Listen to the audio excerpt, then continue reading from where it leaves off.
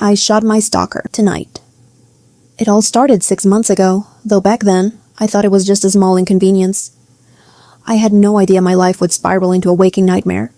It began with a man. Someone who wasn't a stranger, but wasn't close either. At first, it seemed harmless, occasional messages and phone calls. But then, his behavior became obsessive. Every morning, at 5 a.m., my phone would buzz with his messages. The texts were long, erratic, and sometimes filled with threats disguised as affection. He would call me repeatedly throughout the day, leaving voicemails when I didn't answer. Once, he sent me a 50-page long text explaining why I had to talk to him. His words chilled me to my core. You'll either be my friend or your life will get very difficult. I tried reasoning with him, politely at first. I explained that his behavior made me uncomfortable, but he dismissed my words with mocking laughter. His texts escalated. You can't ignore me, he wrote. I'll find you wherever you hide. Things took a dark turn. Soon, it wasn't just my phone he invaded. He started watching me.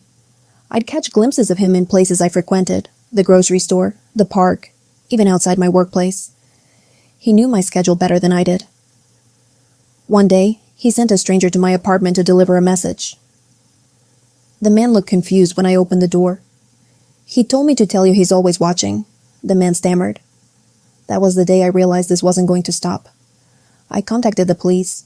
They filed a report but said there wasn't much they could do without concrete proof of a crime.